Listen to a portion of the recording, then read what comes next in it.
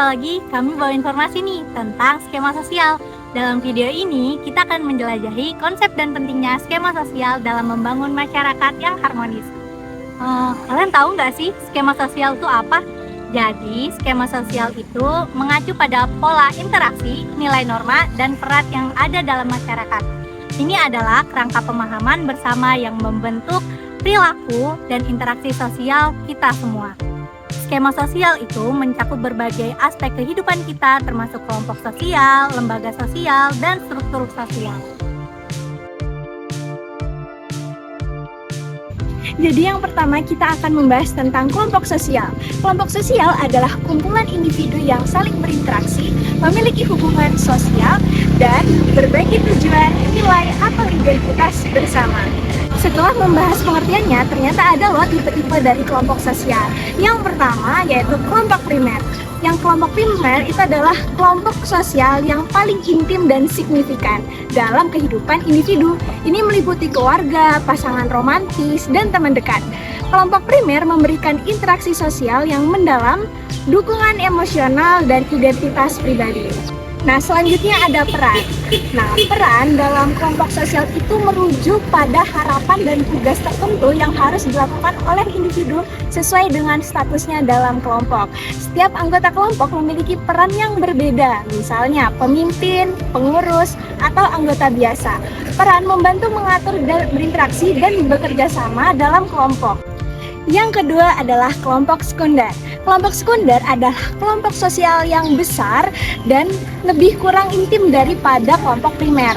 Kelompok ini terdiri dari rekan kerja, teman sekolah, anggota organisasi. Nah, interaksi dalam kelompok sekunder itu cenderung lebih formal dan berorientasi pada tujuan bersama. Yang ketiga adalah kelompok formal. Nah, kelompok formal adalah kelompok sosial yang dibentuk dengan tujuan tertentu untuk memiliki struktur yang ditetapkan.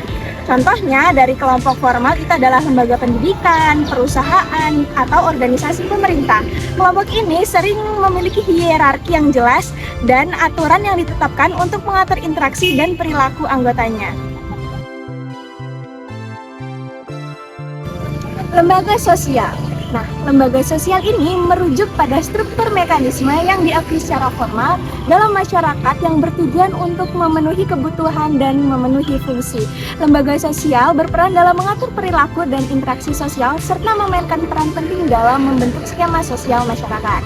Contoh lembaga sosial ini adalah keluarga, sekolah, pemerintahan, dan agama. Yang pertama adalah keluarga. Keluarga adalah lembaga sosial yang terdiri dari individu-individu yang terikat oleh ikatan darah, pernikahan, atau adopsi. Yang kedua adalah sekolah. Sekolah adalah lembaga sosial yang menyediakan pendidikan formal kepada anak-anak dan remaja. Selain memberikan pengetahuan dan keterampilan akademik, sekolah juga membentuk skema sosial dengan mengajarkan norma-norma, nilai-nilai, dan perilaku yang diharapkan dalam masyarakat. Sekolah juga memainkan peran dalam membentuk identitas sosial individu. Yang keempat dan yang terakhir adalah agama. Agama adalah lembaga sosial yang melibatkan keyakinan, nilai-nilai, dan praktik spiritual. Agama mempengaruhi skema sosial dengan menentukan norma-norma moral, etika, perilaku yang dianggap penting dalam masyarakat.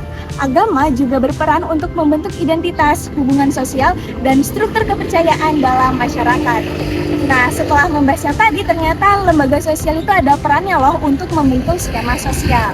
Yang pertama ada sosialisasi.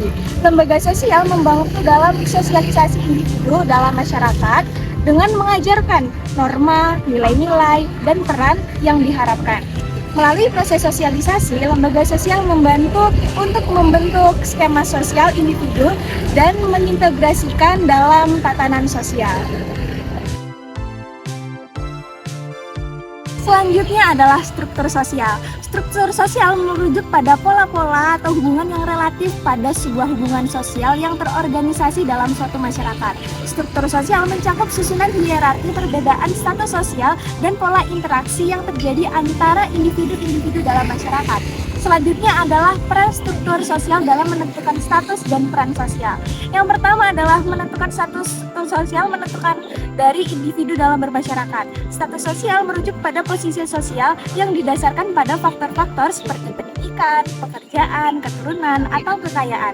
Struktur sosial seperti menetapkan hierarki status sosial seperti kelas sosial atau strata sosial yang menggambarkan perbedaan kekuasaan, hak, istimewa dalam masyarakat. Yang kedua adalah penentuan peran sosial. Struktur sosial juga menentukan peran sosial yang diharapkan dari individu dalam masyarakat. Peran sosial merujuk pada perilaku dan tugas terkait dengan status sosial tertentu. Misalnya dalam sebuah perusahaan, seorang manajer melibatkan tanggung jawab kepemimpinan dan pengambilan keputusan. Sementara peran seorang karyawan melibatkan pelaksanaan tugas-tugas yang ditugaskan. Nah, yang ketiga itu adalah memberi pedoman dan norma. Nah, struktur sosial menyediakan pedoman dan norma yang mengatur perilaku individu sesuai dengan status dan peran sosial mereka. Norma sosial memberikan panduan mengenai cara berinteraksi, berkomunikasi, dan bertindak sesuai dengan posisi sosial individu. Yang keempat, pembagian sumber daya. Struktur sosial mempengaruhi pembagian sumber daya dalam masyarakat. Hierarkis dan perbedaan status sosial dalam struktur sosial mempengaruhi akses individu terhadap pendidikan, pekerjaan, kekayaan, dan kekuasaan. Struktur sosial dapat menciptakan ketimpangan dan kesenjangan dalam sosial, dalam pembagian sumber daya. Nah, dalam keseluruhan, struktur sosial itu berperan penting dalam menentukan bagaimana individu tersebut itu berinteraksi, berperan, dan memperoleh sumber daya dalam masyarakat.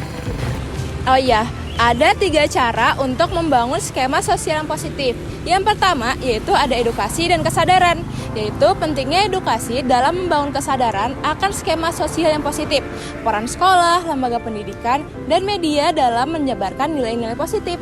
Yang kedua yaitu ada penguatan nilai-nilai positif, yaitu menghargai keanekaragaman dan inklusi sosial, memupuk empati, toleransi, dan kerjasama. Dan yang terakhir yaitu yang ketiga adanya peran individu, yaitu bagaimana setiap individu dapat berperan dalam membangun skema sosial yang positif, menghormati hak asasi manusia, dan menghindari diskriminasi. Nah, demikianlah video kita tentang skema sosial dan pentingnya membangun masyarakat yang harmonis. Dadah, sampai jumpa di video selanjutnya.